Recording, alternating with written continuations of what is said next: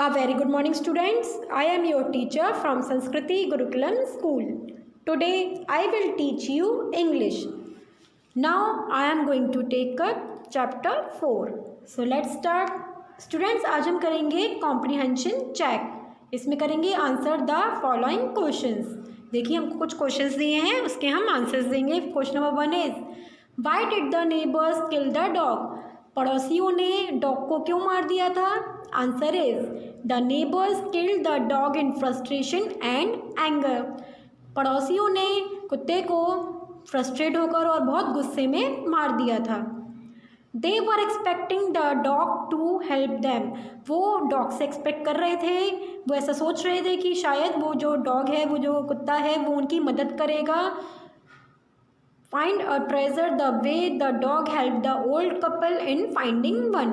जैसे कि इस कुत्ते ने जो बूढ़े दंपत्ति थे उनकी मदद करी थी ट्रेजर ढूंढने के लिए, वैसे ही वो उनकी भी मदद करेगा, ऐसा वो एक्सपेक्ट कर रहे थे डॉग से. But the dog took them to a place where there was a foul smelling dead kitten. लेकिन जो डॉग था वो उनको उस जगह, ऐसी जगह पर ले गया जहाँ पर एक मरी हुई बिल्ली के बच्चे की स्मेल आ रही थी. ओके, तो इस वजह से उसको गुस्सा आ गया और पड़ोसियों ने उस डॉग को मार दिया. Now next is question number 2. Mark the right item. इसमें देखिए जो सही है उस पर हम टिक करेंगे, मार्क करेंगे. ओके, तो चलिए फर्स्ट वन देखते हैं. The old farmer and his wife love the dog. जो बूढ़े जो फार्मर थे, किसान थे, और उसकी जो पत्नी थी वो डॉग को प्यार करती थी. इसके देखिए कुछ ऑप्शंस दिए हैं. Because it help them in their day to day work. क्योंकि वह उसकी रोज़ के कामों में मदद करता था. Next is as if it was their own baby. क्योंकि वो उसको खुद का बच्चा जैसा मानते थे, जैसे खुद का बेबी हो. C option is as they were kind to all living beings. क्योंकि वो सारे ही जीवित चीज़ों के लिए, जीवित वस्तुओं के लिए बहुत दयालु थे. सो इसका करेक्ट आंसर क्या है? As if it was their own baby. क्योंकि वो उसको खुद का बेबी मानते थे. Okay, now next is when the old couple became rich they. जब बूढ़े दंपत्ति जब बहुत अमीर हो गए तो क्या हुआ था? Option A is give the dog better food. वो डॉग को अच्छा खाना देने लगे थे. B is invited their greedy neighbours to a feast. मतलब उन्होंने अपने लालची पड़ोसियों को खाने पर बुलाया था. Lived comfortably and were generous towards their poor neighbour. वो मतलब आराम से रहने लगे और जो उनके गरीब पड़ोसी थे उनके लिए बहुत दयालु हो गए. सो इसका करेक्ट आंसर क्या है? करेक्ट आंसर है option C, lived comfortably and were generous towards their poor neighbours. Okay, now next is the greedy couple borrowed the mill and the mortar to make. जो चालाक जो दंपत्ति थे उन्होंने चक्की और मोटर लिया था, ओखली ली थी उनसे. ये जो अच्छे जो बूढ़े दंपत्ति थे उनसे ली थी. तो उन्होंने क्या किया था? टू मेक, क्या बनाने के लिए ली थी? Rice pastry and bean sauce. B is magic ash to win rewards. या फिर अ पाइल ऑफ गोल्ड. क्या बनाने के लिए लिया था उन्होंने? Answer is C, a pile of gold. सोना बनाने के लिए तो लिया था उन्होंने, क्योंकि जो गुड ओल्ड कपल्स थे उनने भी बनाया था उससे. क्योंकि जो वो चीज़ें बना रहे थे उससे सिर्फ गोल्ड बन रहा था, तो उन्हें भी ऐसा लग रहा था कि उनके लिए भी ये गोल्ड का ही काम करेगा, उनके लिए भी ये गोल्ड ही बनाएगा. Now next is working with the text. इसमें हम करेंगे आंसर द फॉलोइंग क्वेश्चंस. चलिए क्वेश्चन नंबर 1 देखते हैं. The old farmer is a great person. जो बूढ़ा किसान था वो एक दयालु इंसान था, दयालु आदमी था. What evidence of his kindness do you find in the first 2 paragraphs. आपको मतलब उसकी दयालुता का ऐसा कौन सा एविडेंस आपको मिला है 2 पैराग्राफ में? पहले 2 पैराग्राफ में ऐसा क्या एविडेंस मिला है? चलिए आंसर देखते हैं. The old farmer is a kind person. जो बूढ़ा किसान था वो बहुत ही दयालु आदमी था.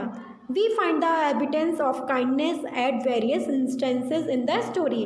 उसकी दयालुता का एविडेंस हमें इसमें काफ़ी जगह, इस स्टोरी में काफ़ी जगह मिला है। For example the first paragraph says that the old couple treated the dog as if it were their own child. जैसे कि पहले पैराग्राफ में बताया गया है कि जो बूढ़े दंपत्ति थे वो डॉग को अपने बच्चे की तरह ट्रीट करते थे, उसकी उतनी ही वैसे ही देखभाल करते थे जैसे वो खुद के बच्चे की करते। They used to feed him pieces of fish with their own chopsticks. वो उसको अपनी चॉपस्टिक से फिश के पीसेस खिलाते थे, मछली के पीसेस उसको अपनी चॉपस्टिक से ही खिलाते थे। They used to offer him boiled rice. वो उसको पका हुआ उबला हुआ चावल भी देते थे। The second paragraph says that the old man often turn up a sword on purpose to give food to the birds.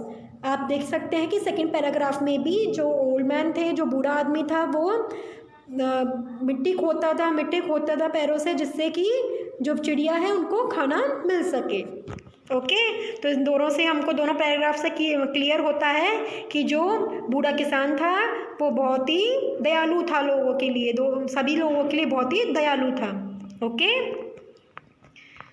Now question number 2 is what did the dog do to lead the farmer to the hidden gold. छुपे हुए सोने को बताने के लिए जो dog था उसने फार्मर को कैसे लीड किया। Answer is to lead the farmer, farmer को लीड करने के लिए, to the hidden gold, gold के छुपे हुए गोल्ड के लिए।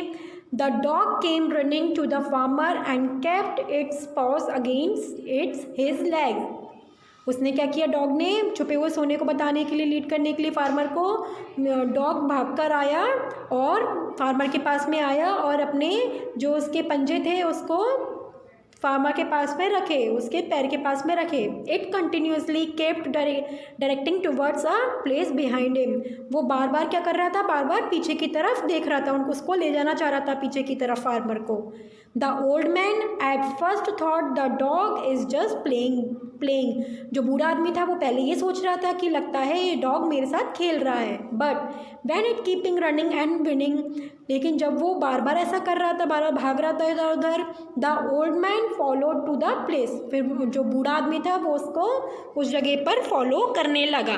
Okay now next question number 3 is, इसमें देख सकते हैं आप, इसमें क्वेश्चन नंबर 3 में 2 क्वेश्चन है। पहले हम क्वेश्चन नंबर 1 देखेंगे। How did the spirit of the dog help the farmer first. जो डॉग की आत्मा थी उसने फार्मर की, किसान की किस तरीके से मदद करी थी पहले। Answer is the spirit of dog appeared in the farmers dream. जो डॉग की आत्मा थी वो फार्मर के, किसान के सपने में आई थी। And instructed it to cut off the pine tree, और उसको बोला गया था, इंस्ट्रक्ट किया था कि जो पाइन ट्री है उसको काट दो।